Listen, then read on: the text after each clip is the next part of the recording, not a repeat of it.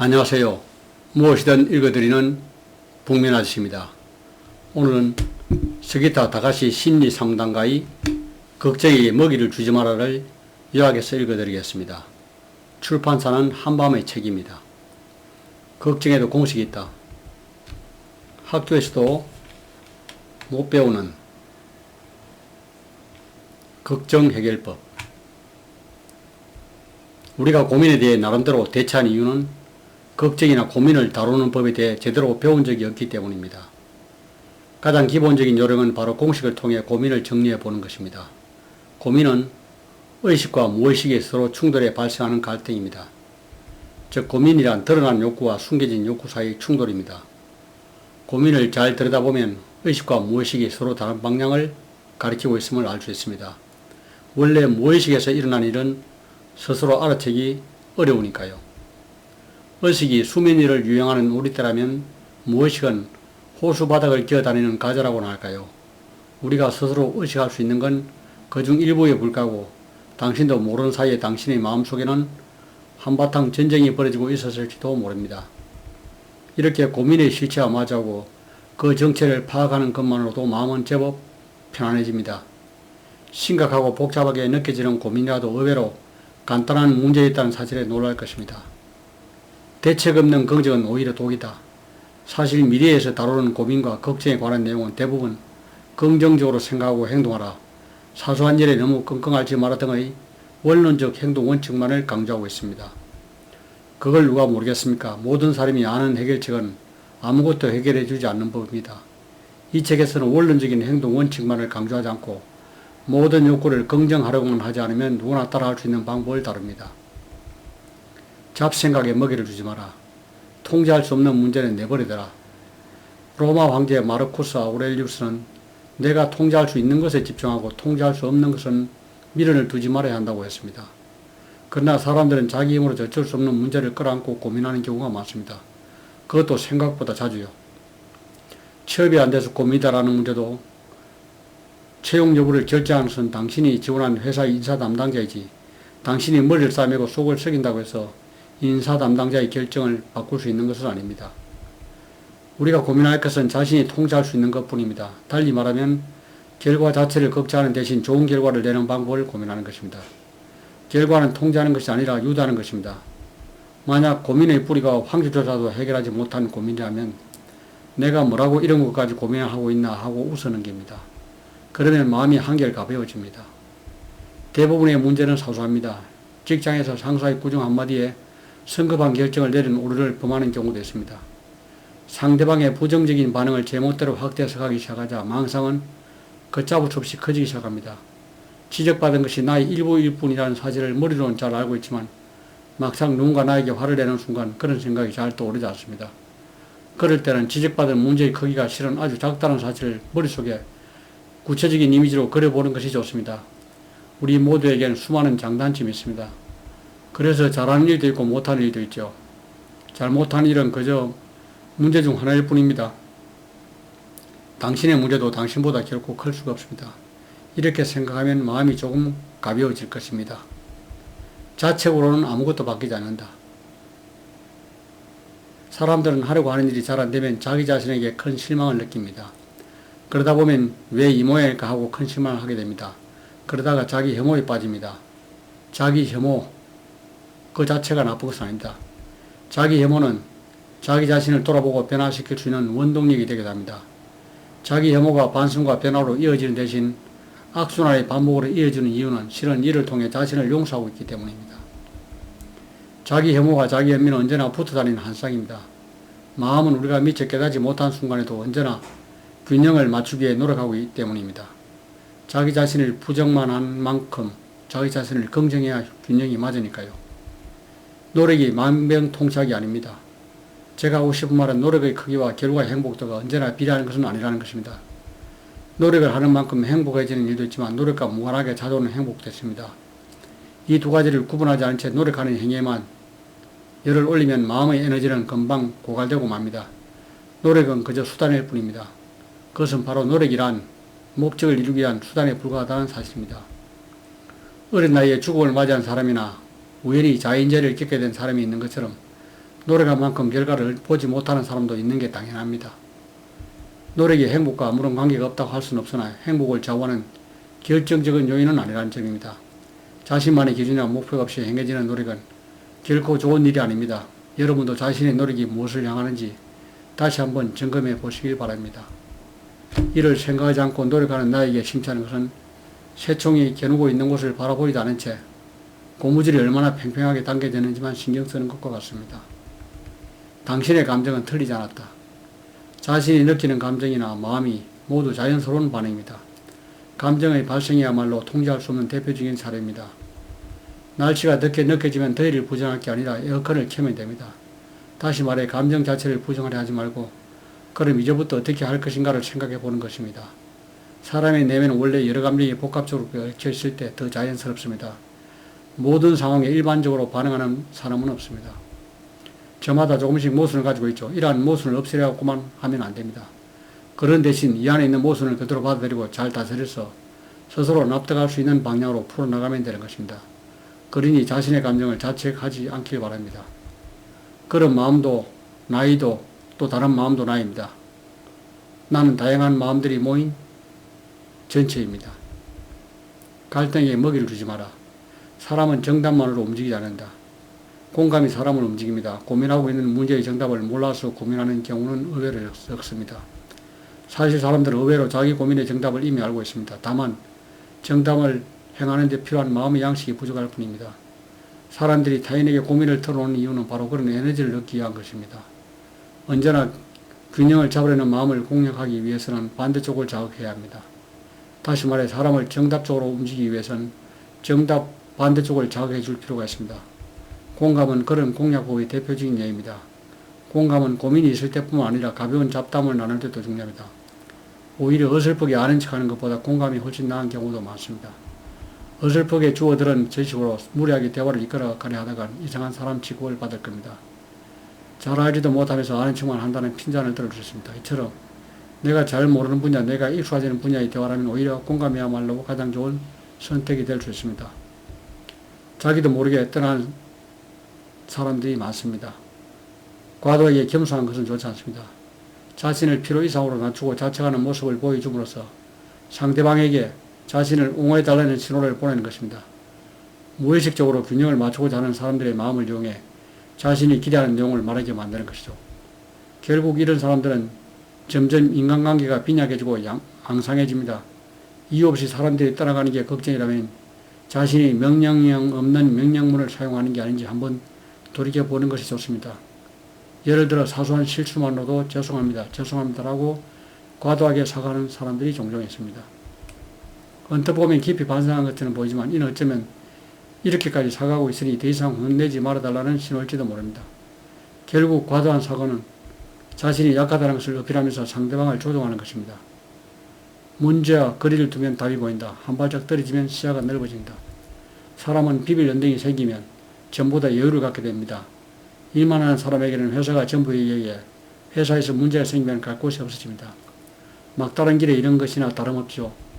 내겐 여기밖에 없어라는 생각에 사로잡히기 때문에 문제로부터 눈을 돌릴 수가 없는 것입니다. 이때 가정이나 취미, 동호회 등 비빌 언덕이 있는 사람은 한쪽에서 문제를 겪더라도 다른 쪽에 집중하여 문제를 해결될 때까지 이를 피난처 삼아 마음의 안정을 취할 수 있죠. 여러분도 비빌 언덕을 여러 곳 만들어 보세요. 너무 한 곳에만 집중하는 것은 좋지 않습니다. 대피소를 여러 곳 만들면 고민이라는 태풍이 지나갈 때까지 안전하고 평화롭게 지낼 수 있을 것입니다. 표현하지 않으면 전해지지 않습니다. 당신이 상대방에게 얼마나 큰 호감을 가지고 있든 말하지 않으면 상대는 모릅니다. 말에는 힘이 있다고 하지만 말하지 않으면 그 힘은 말짱 도루묵입니다. 말에는 요리나 옷처럼 형태는 없지만 사람을 기분 좋게 만드는 힘이 있습니다. 더욱이 말은 한 사람의 인생을 구원하기도 합니다. 호칭은 사람들에게 커다란 영향을 미칩니다. 호칭은 말하는 사람과 듣는 사람의 관계를 규정합니다. 다시 말해 특정한 호칭으로 부른다는 것은 나는 이러한 역할을 맡을 테니 당신도 저러한 역할을 맡아달라 요구하는 것과 같습니다. 일종의 역할놀이처럼 인간관계의 흐름에 상대방이 자연스럽게 동참할 수 있도록 깔아주는 것입니다. 불안에게 먹이를 주지 마라. 고민을 도피처 삼지 마라. 즉 자신이 정말 하고 싶은 일이라면 회사에 다니고 있어서 못한다, 시간이 없어서 못한다는 핑계거리에 굴하지 않고 어떤 상황에서든 어떻게든 시간을 내서 하게 되어 있습니다. 하고 싶은 일은 착각한 상태에서는 제대로 된 고민을 하지 못합니다. 포기해도 행복해질 수 있습니다. 사람들이 무엇을 하고 싶은지 잘 모르겠다라며 고민하는 것은 어쩌면 꿈에 대한 선택의 여지가 너무 많아진 탓이라고 할 수 있습니다. 역경을 딛고 멋지게 꿈을 이뤄낸 삶이 아닌 인생에도 충분히 가치가 있습니다. 가장 불행한 이들은 자신이 재능이 없다는 것도 모르고 계속하는 것입니다. 상당히 많은 사람이 여기에 속합니다. 모든 사람이 꿈을 이룰 수 있다는 얘기는 빛 좋은 개살구입니다. 꿈을 이루는 이야기에 사람들이 열광하는 이유는 현실에 꿈을 이루지 못하는 사람들이 그보다 훨씬 많기 때문입니다. 사실 포기라는 말 자체의 의미가 좋지는 않지만 그래도 포기란 자신의 한계를 받아들인다는 의미입니다. 한계를 받아들이면 새로운 희망이 보입니다. 세상에는 자신이 오를 수 없다는 것을 인정하지 못해 낙담한 채로 계단 앞에 굳어져 버린 사람들이 많습니다. 자신의 재능을 너무 높게 평가한 나머지 계단을 오를 수 없다는 사실을 받아들이지 못하는 것이죠. 그로 인해 이들은 다른 길을 선택하지 못합니다. 사람들은 희망이 없으면 계단을 오르려 하지 않습니다. 하지만 제때 포기하지 못하면 계단 앞에서 멈춰서게 됩니다. 인생에는 희망과 포기 둘 다 필요합니다. 인생의 현타를 극복하는 법. 일으키는 일을 중시한 사람을 행위중시 유형이라 하면 이들에게 중요한 행위, 즉 무엇을 하느냐입니다. 이들은 열심히 노력해서 외적인 목표를 성취해내는 것, 이야말로 멋진 인생이라 생각합니다. 반면 존재중시 유형은 일어나는 일을 중시하는 사람입니다. 즉 삶을 유지하는 것 그 자체입니다. 이들은 외적인 성취보다 내적인 안정을 추구하며 자신의 삶을 갖고 돌아보는 데 더 관심이 많습니다. 행위중시 유형은 있는 그대로의 자기 자신을 긍정하지 못해서 고민합니다. 반면 존재중시 유형은 자신이 제대로 노력해서 이뤄낸 것이 없다는 생각 때문에 고민합니다. 두 고민은 뿌리는 같습니다. 바로 행위와 존재 중 어느 한쪽만을 중시한 나머지 삶의 균형을 제대로 잡지 못했다는 것입니다. 지금 하는 일에서 의미를 찾아라. 행위중시 유형의 현타 극복법. 행위중시 유형이 고민하게 되는 우리는 있는 그대로의 자기 자신을 긍정하지 못한다는 문제입니다. 이런 사람들은 노력과 결과를 분리해서 생각하는 연습이 큰 도움이 됩니다. 눈에 보이지 않는 노력을 눈에 보이는 것으로 만들어 보는 것입니다. 생각해보면 결과는 단지 정보일 뿐 정말로 사람을 성장시키는 것은 노력입니다. 요컨대 행위중시 유형이 마음의 힘을 회복하고 고민을 해결하기 위해서는 오늘도 열심히 노력했군, 좋아, 이걸로 충분해 라고 생각하는 훈련을 합니다. 존재중시 유형 현타 극복법. 존재중시 유형이 고민하는 것은 자신이 제대로 이뤄낸 게 없다는 생각 때문입니다. 이런 사람들에겐 성과를 판단할 기준을 바꿔보는 연습이 큰 도움이 됩니다. 예를 들어 흔히 성과로 하면 돈을 벌어들이거나 시험에 통과하는 일 등을 생각합니다. 해답은 생각보다 가까이 있습니다. 바로 이미 하고 있는 일에서 의미를 찾아보라는 것입니다. 이처럼 하고 싶은 일, 좋아하는 일이란 어렵고 복잡한 문제처럼 보이지만 알고 보면 어처구니 없을 정도로 단순하고 평범한 것일 수 있습니다. 하고 싶은 일과 해야 하는 일의 균형. 하고 싶은 일만 하면 쉽게 질린다. 균형이야말로 즐거움의 핵심이다. 하고 싶은 일, 좋아하는 일 주변에는 그것을 돋보게 만들어줄 다른 일이 필요하다는 말입니다. 무언가를 하는 비중을 늘리면 다른 일의 비중이 줄어듭니다. 이렇게 줄어드는 것 중에 당신이 미처 깨닫지 못한 진짜 중요한 것이 섞여 있을 수 있습니다. 억지로 결정하지 않아도 된다. 하나로 정해버리면 빈약해진다. 오히려 고민하는 게 머리 아프다고 해서 성급하게 어느 한쪽을 선택하게 되면 역효과가 날 수도 있습니다. 이처럼 하나를 선택하지 못하는 것은 우유부단한 태도가 아닙니다. 오히려 한 가지를 선택하는 것보다 훨씬 더 복잡하고 어려운 일에 도전하는 일이라고 할 수 있습니다. 결정하지 말고 흐름에 맡기라. 물론 언제까지나 두 일 사이에서 줄타기만 하고 있을 수는 없습니다. 그렇다면 어느 타이밍에 선택을 내리는 것이 좋을까요? 물론 자기 자신이 생각하기에 적당한 순간이 찾아왔다 싶을 때 결정을 내리는 것도 한 방법입니다. 그러니 혼자서 무리하게 지금 그만둬야지 라는 결정을 내리지 말고 상대방에게 요청이 올 만한 상황이 언제인지 물어보는 것도 좋은 방법입니다.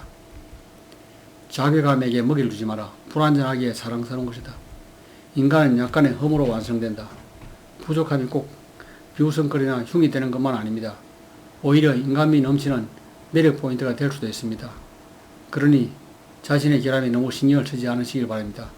다른 사람들은 그 결함 때문에 당신을 더욱 사랑스럽게 느낄지도 모르니까요. 완벽한 사람은 오히려 매력이 없습니다. 완벽한 존재는 존경받습니다. 하지만 불완전한 존재는 사랑받습니다.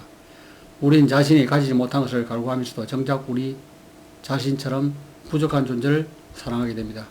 그러니 어느 한쪽만을 바라보며 자신을 채찍질하지 말기를 바랍니다. 갈등이 일어날 상황 자체를 펴라.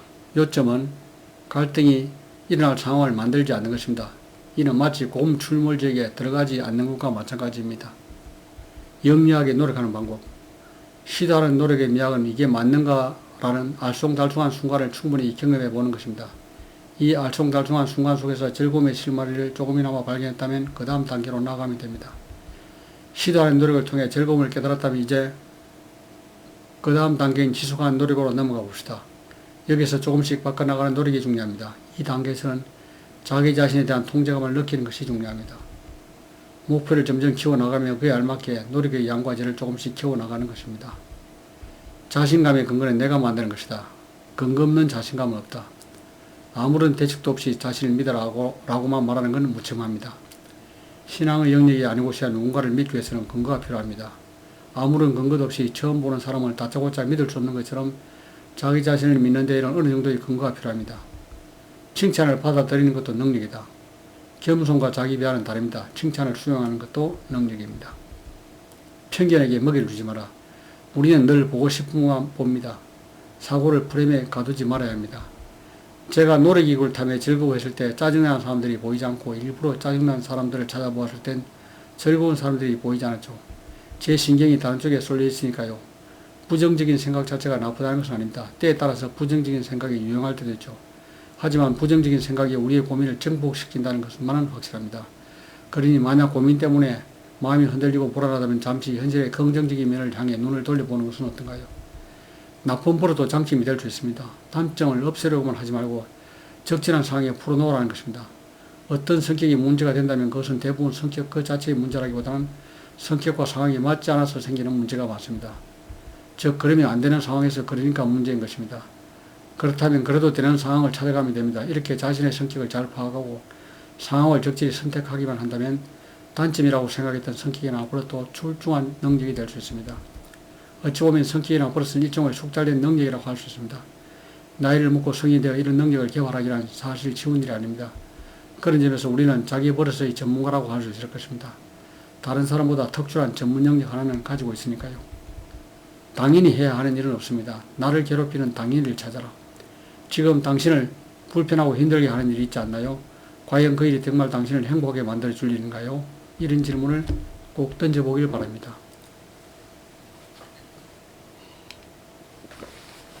걱정으로 내 배를 불리는 법. 받아들이면 편안해진다.